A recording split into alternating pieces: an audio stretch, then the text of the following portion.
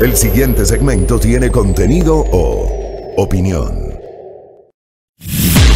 La entrevista en A Primera Hora. Analizamos los hechos del momento junto a sus protagonistas.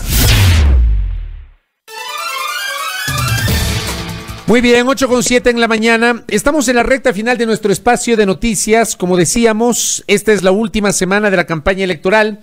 Acabamos de dialogar con Yacu Pérez. Mañana estará con nosotros Guillermo Lasso. Estamos a la espera también de la confirmación con Andrés Arauz, que entiendo tentativamente podría ser mañana, pero estamos pendientes justamente de aquello.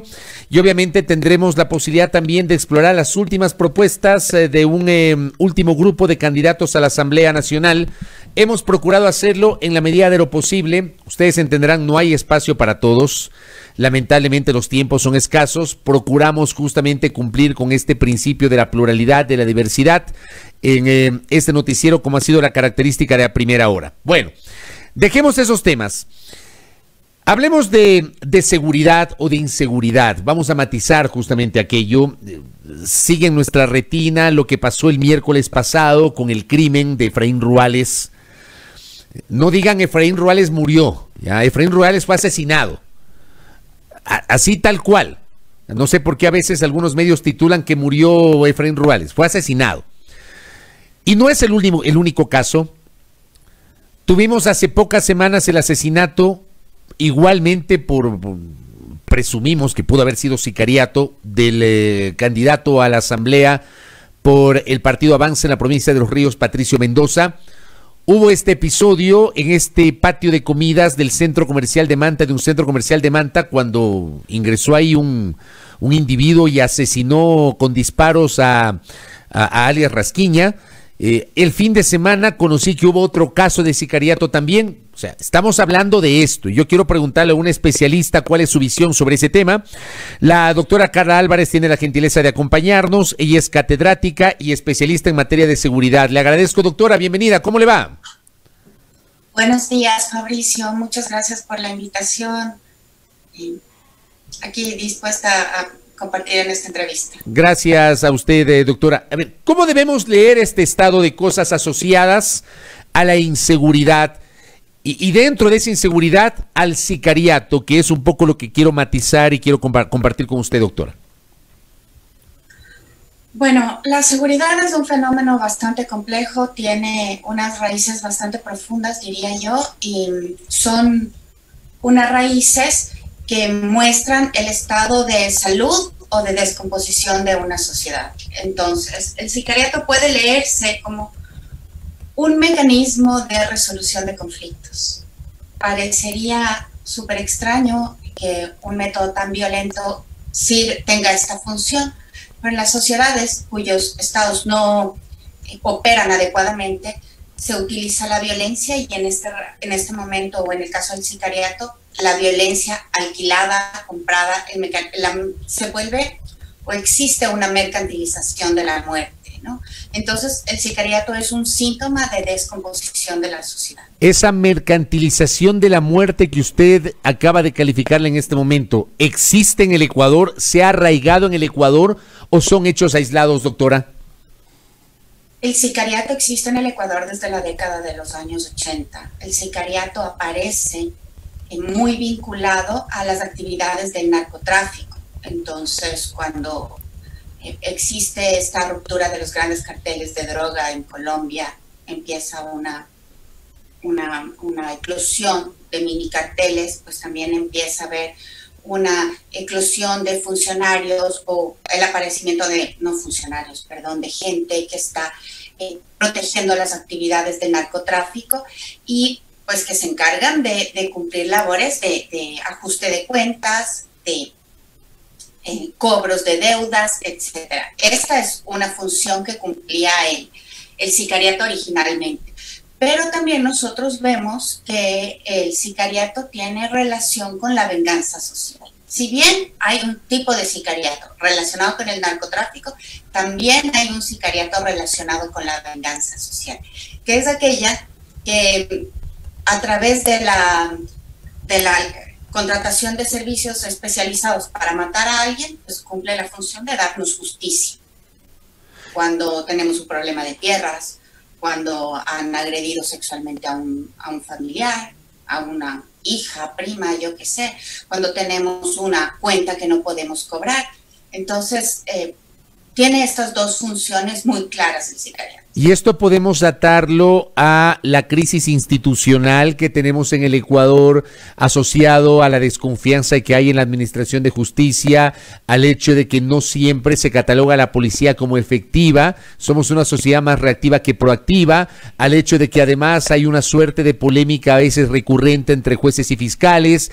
Después, cuando el juez sentencia, resulta que tenemos un sistema de rehabilitación social mal llamado así, que no funciona porque no hay rehabilitación social, doctora.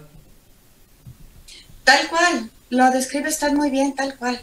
Estas son las raíces del mal funcionamiento del Estado, sumado a una sociedad que desconfía. Unos con otros desconfiamos. Los latinoamericanos somos una sociedad que tenemos un indicador, un índice de confianza entre unos y otros muy, muy reducido, inferior a otras sociedades, a otros continentes. Entonces siempre estamos desconfiando y siempre estamos utilizando mecanismos hostiles y en el peor de los casos violentos para resolver nuestra vida cotidiana.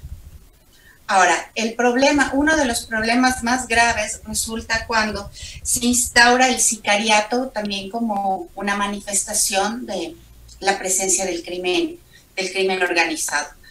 En muchos casos tenemos el crimen organizado relacionado al narcotráfico, que es lo que mencionaba, es el origen del sicariato, pero también tenemos sicariato relacionado, por ejemplo, con la corrupción, con redes de corrupción y redes clientelares de funcionamiento en la política, ¿no?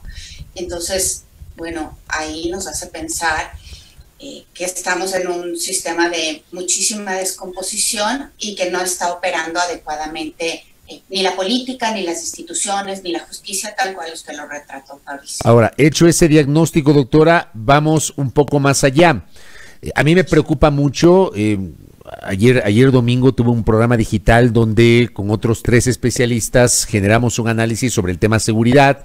Lo hicimos con Diego Pérez, con Salim Saidán y con Jessica Jaramillo y hablamos justamente sobre esto e hicimos una aproximación al tema de los candidatos. A mí me preocupa mucho el hecho de que a una semana de las elecciones, menos de una semana de las elecciones, yo no encuentro claridad en la mayoría de los discursos de los candidatos respecto de cuál va a ser la política de seguridad. Me he encontrado, sí, con que varios de los candidatos apelan al populismo penal. Uno que habla de la pena de muerte, otro de la cadena perpetua, otro del endurecimiento de las penas, otro de la deportación de los venezolanos, otro de libre porte de armas. Por ahí pasa la solución, doctora. A ver, es súper interesante lo que usted plantea. Primero, porque efectivamente las propuestas presidenciales que enfocan el tema de la seguridad lo hacen desde el populismo penal, efectivamente. Ahora bien, si nosotros hacemos un análisis de las lógicas del sicariato y lo entendemos como una venganza social, como un ajuste de cuentas, como la capacidad de un ciudadano de darle muerte a otro para ajustar una cuenta o para mantener oculto una información o lo que sea, lo que podemos ver es que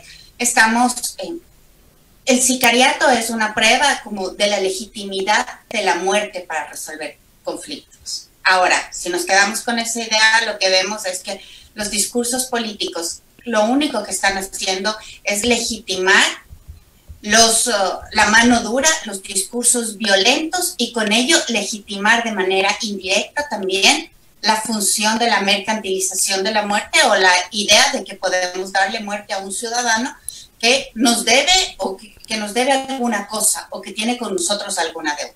Entonces no tenemos un discurso político pacífico y tampoco ninguno de los candidatos está ahondando y profundizando en las raíces del problema. Entonces son propuestas absolutamente livianas y que pasan por encima de los temas sin ir a la raíz. ¿Y cuál es la raíz, doctora? Pues la descomposición de la estructura del Estado. ¿Cuál es la raíz? Pues si queremos atacar el sicariato tenemos que atacar el sistema de justicia, ¿no? Atacar, digamos, fortalecer el sistema de justicia, en el sentido de que la gente se sienta que contratar a un abogado, ir a un juzgado, pues representa la justicia que necesita, le permite resolver problemas. Y hay mecanismos constitucionales que nos permiten la resolución de problemas desde otros puntos de vista, también no solo el formal, como el juez, hay los juzgados de paz, que se pueden utilizar pero que no han sido activados en la sociedad.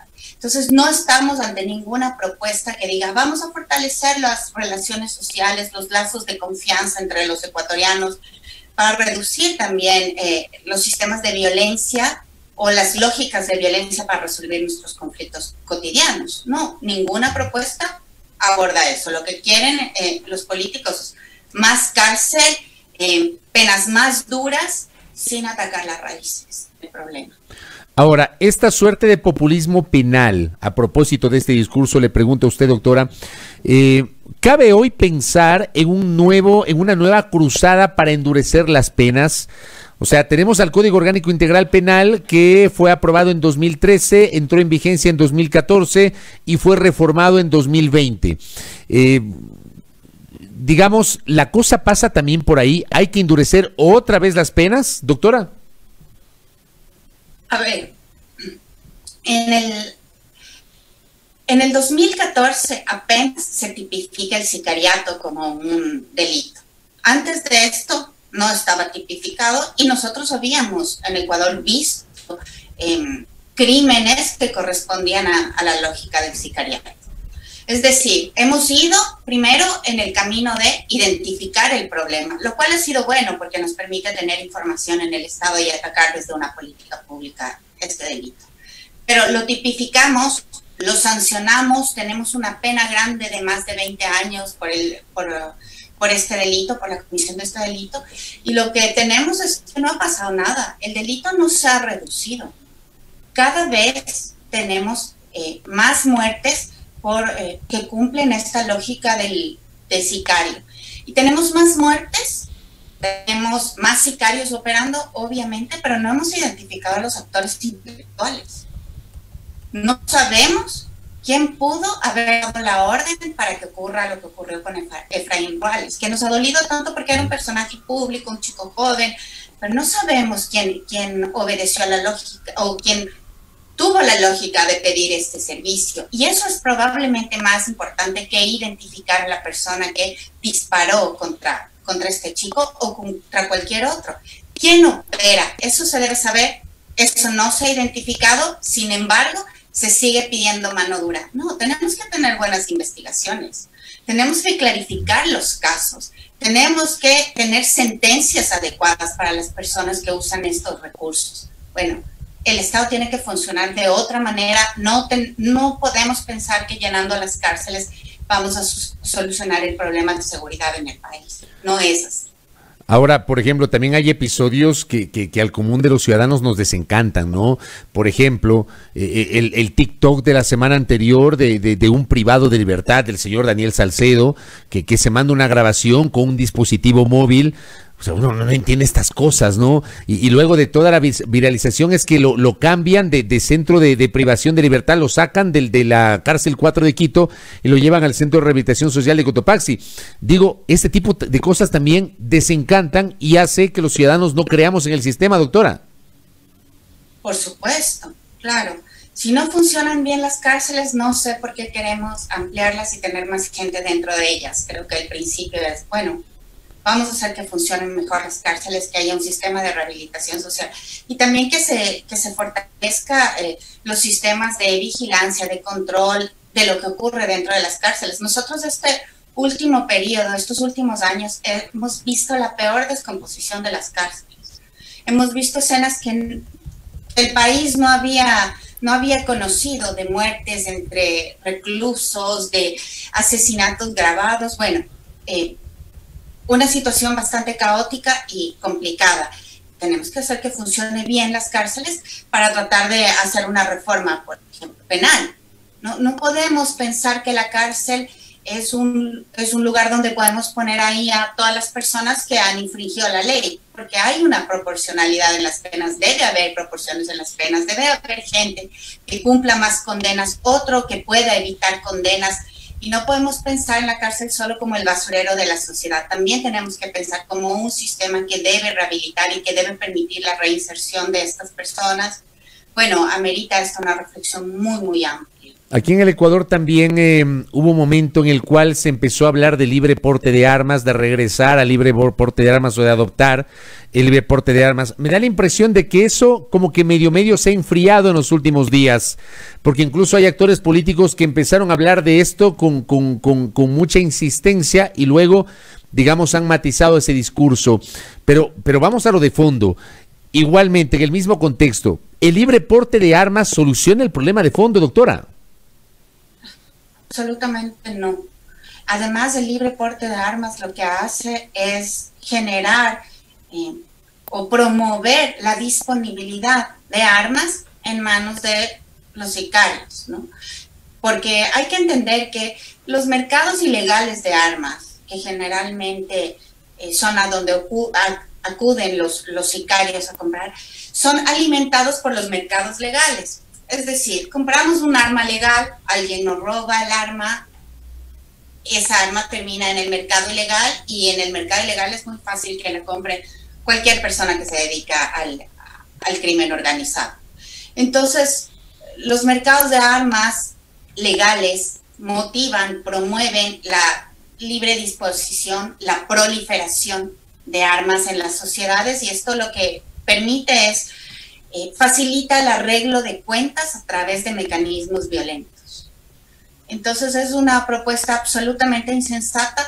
Yo tuve en algún momento la posibilidad de entrar en un debate con alguno de estos candidatos que proponía el libre porte de armas y lo que me di cuenta es que carecía de contexto histórico en el Ecuador. Incluso estaba proponiendo unas regulaciones o unas normas para quien pueda portar armas, normas que ya existen.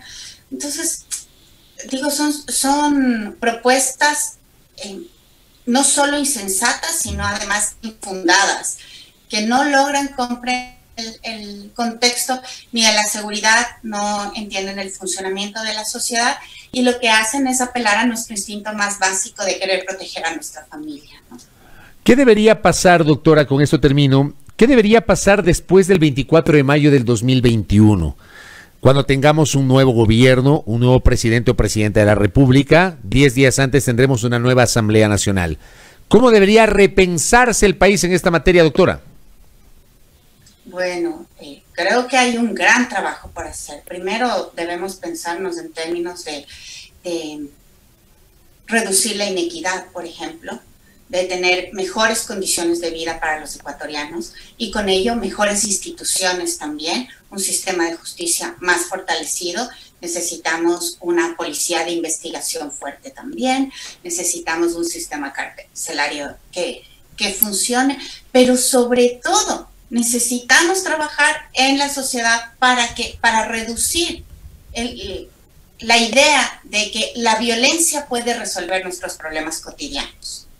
Y eso solo se hace, sí, al amparo de un Estado fuerte que tenga una justicia adecuada, una policía adecuada y, bueno, unos valores también que no nos hagan buscar, como digo, la violencia como primer recurso ante cualquier conflicto y problema que enfrentemos. Correcto. Doctora Carla Álvarez, le quiero agradecer por estos minutos. De estos temas hay que hablar y hay que hablar bastante, porque esto es parte de lo que en realidad debe interesarnos a nosotros como sociedad. Le agradezco mucho por sus aportes y por estos minutos. Que tenga un buen día. Muchas gracias, un buen día también.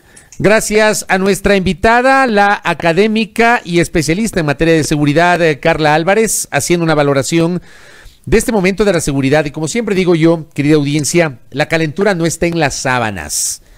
Aquí proponen pena de muerte cuando no se puede, cadena perpetua cuando no se puede, endurecimiento de las penas cuando no hay condiciones. ¿Qué pasa con el sistema de rehabilitación social? Algunos hablan muy sueltos de huesos, además, sobre los jueces, cuando no es su competencia. O sea, aquí hay que repensar la institucionalidad en materia de seguridad como un todo.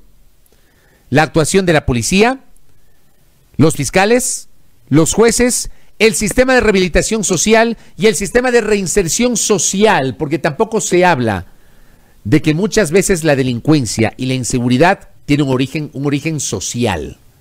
No se habla de aquello. matizado en ocasiones por la pobreza y la exclusión social. Hay cosas que deben generar una forma de elevar un poquito más el debate en torno a estos temas.